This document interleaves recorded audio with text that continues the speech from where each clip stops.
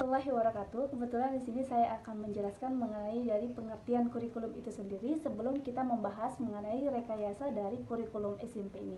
Nah, jadi kurikulum itu menjelaskan bagaimana suatu rencana yang disusun untuk melancarkan proses kegiatan belajar mengajar di bawah naungan maupun bimbingan atau tanggung jawab sekolah dan lembaga pendidikan. Nah, sedangkan menurut Dr. C.C. Wijaya dan kawan-kawannya juga mengartikan bahwa kurikulum itu dalam artian luas yakni meliputi keseluruhan. Artinya program dalam kehidupan di dalam sekolah.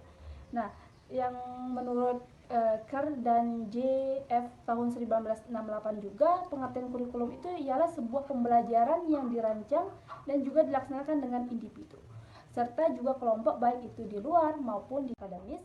Artinya di sini apa yang disebut dengan ilmu itu artinya ilmu adalah pengetahuan yang terorganisir secara sistematis maupun logis atau yang masuk akal. Ilmu juga merupakan usaha kita untuk menemukan dan meningkatkan pemahaman kita sebagai manusia dari berbagai segi yang kenyataannya itu dapat terjadi di alam manusia. Jika seseorang yang ingin berilmu maka perlu juga meningkatkan pengetahuannya. Nah, yang kedua ada sumber kurikulum dari individu siswa. Di sini artinya maka penyusunan kurikulum itu harus sesuai dengan apa yang diperlukan atau apa yang dibutuhkan oleh para siswa itu sendiri. Nah, dengan demikian berjalannya kurikulum di suatu instansi atau pendidikan ini akan sesuai dengan apa yang diharapkan oleh siswa atau anak didik. Potong. Dan yang ketiga itu ada sumber kurikulum dari masyarakat. Nah, artinya di sini dengan demikian apa yang dibutuhkan oleh masyarakat itu harus menjadi bahan atau pertimbangan dalam menentukan isi dari kurikulum. Artinya di sini kurikulum yang tidak memperhatikan keseluruhan masyarakat akan kurang bermakna. Kebutuhan masyarakat yang harus diperhatikan dan pengembangan kurikulum meliputi masyarakat dari lingkungan sekitar maupun lokal, masyarakat dalam tatapan nasional maupun masyarakat dalam tatanan global. Dan yang terakhir, Assalamualaikum warahmatullahi wabarakatuh. Ya, di sini saya akan melanjutkan pembahasan mengenai desain dan rekayasa kurikulum. Nah, di sini desain rekayasa kurikulum merupakan suatu pengorganisasian tujuan, isi, serta proses belajar yang akan diikuti siswa pada berbagai tahap perkembangan pendidikan.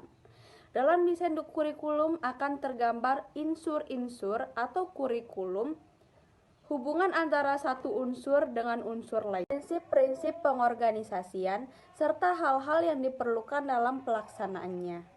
Dalam desain kurikulum ada dua dimensi penting, yaitu substansi dan yang kedua model pengorganisasian dan bagian-bagian kurikulum terutama organisasi dan proses pengajaran.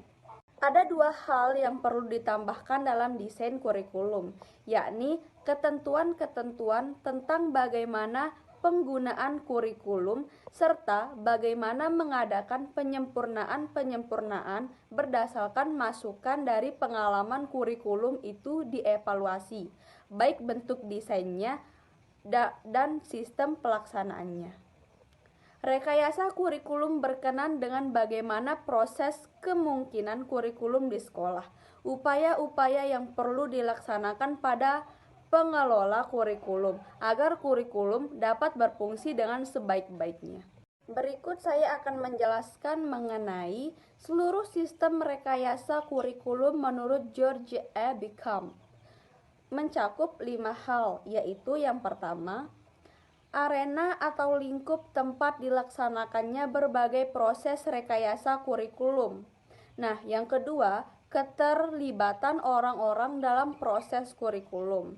Yang ketiga, tugas-tugas dan prosedur perencanaan kurikulum. Yang keempat, tugas-tugas dan prosedur implementasi kurikulum. Dan yang terakhir, tugas-tugas dan prosedur evaluasi kurikulum. Dari semua uraian tentang hal-hal yang berkaitan dengan teori kurikulum, Beacom mengemukakan 5 prinsip dalam pengembangan teori kurikulum, yaitu perumusan tentang rangkaian kejadian yang dicakupnya. Setiap teori kurikulum harus mempunyai kejelasan tentang nilai-nilai dan sumber-sumber pangkal tolaknya. Setiap teori kurikulum perlu menjelaskan karakteristik dari desain kurikulumnya sendiri. Setiap teori kurikulum harus menggambarkan proses-proses penentuan kurikulumnya serta interaksi di antara proses tersebut. Setiap teori kurikulum hendaknya menyiapkan diri bagi proses penyempurnaan. Nah, itu saja penjelasan mengenai rekayasa kurikulum. Nah, itu saja pembahasan kita kali ini. Kurang lebihnya saya mohon maaf sebesar-besarnya. Wabillahi taufiq wal hidayah. Assalamualaikum warahmatullahi wabarakatuh.